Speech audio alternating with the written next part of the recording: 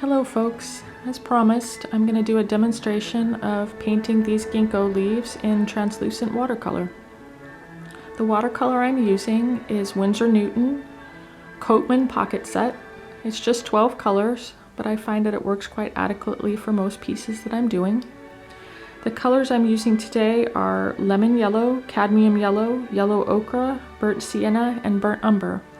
And I think to accomplish this lovely shade that the leaves have become, I don't think I'm going to need more than these colors here, although sometimes things surprise me and I may have to pull another color in. I'd also like to discuss with you the paper I use, which is Strathmore Vellum Bristol 400 series, which is quite a thick paper. It's perfect for the purpose that I'm using because I'm not only drawing in ink on this paper, but then I'm putting watercolor over the top. And this paper holds both quite well. But there's also an added benefit, because when I do these pieces, I am using Pigma Micron pens, like this one you see here, but I often cut the tips of my pens down with a scalpel, and that's to get some finer detailing.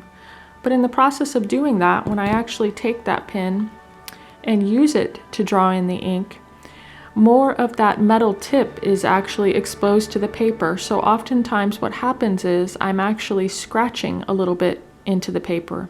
So the ink is following in, but I'm also leaving these lovely little divots that create texture. And in the process of doing that, when I go to watercolor, the color is just going to fall right into place of those little divots. And I have to be careful because I have disrupted the surface of the paper through the process of inking, so I don't want to overuse the water, which then might cause the paper to bead up a little bit. So you'll see here when I go to add color, as I'm starting to do with the lemon yellow, is I just delicately brush it in. And painting often, though it's not as tightly controlled as the ink work, I do have to wait in between layers of color. And the reason why I do that is in the process of getting the paper wet and the ink wet, it actually looks much darker than it will when it's dry. So you want to be very careful that you give yourself an opportunity to truly see how that color is going to look when it's dry. But you see that I'm just sort of tapping and then dragging very gently, not pushing very hard with the brush at all, to avoid disrupting the surface of the paper more than I already have.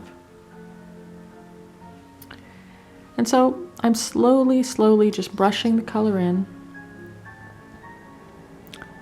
With the lighter colors, I usually tend to pull from the tips or the edges of the leaves that I'm painting, giving those top portions just a little bit of highlighted color. I'm also allowing a little bit of that white to show through, and that'll really help play with the texture and the light of the leaf later after you've finished adding all the colors, just to have that hint of white show through. So when I move on to the darker color, which is the cadmium yellow, I'm just going to touch that in right on the edge of where I've added the lemon yellow,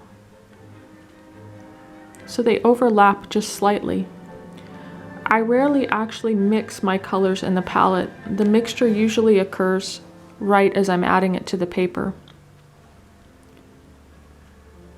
And also it plays off the ink, which almost becomes a color unto itself as you add the watercolor to it.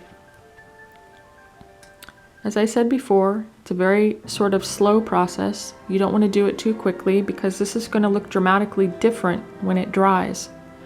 And I may decide that this is enough of these colors, or I may decide to work a little bit more in later. But this is really truly better to do in layers, in stages, allowing it to dry first.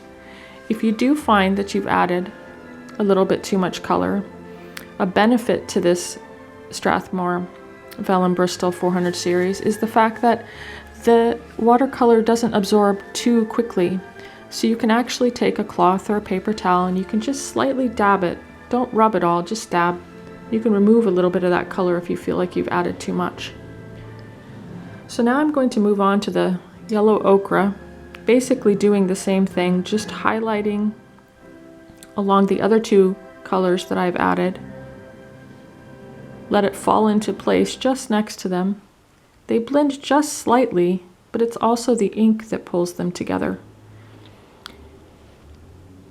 allowing a little bit of light to show through.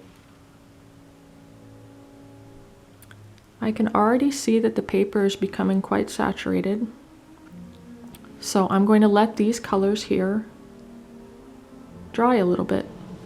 Now you can see that I've added in this leaf right here all the colors already. It's still not quite dry, so I'm going to have to let that dry a little bit more before I determine whether I'm going to add more color. Anyway, I hope you have found this demonstration instructive. If you have any questions, please feel free to ask me. And I wish you a beautiful day or night wherever you are in the world. Bye.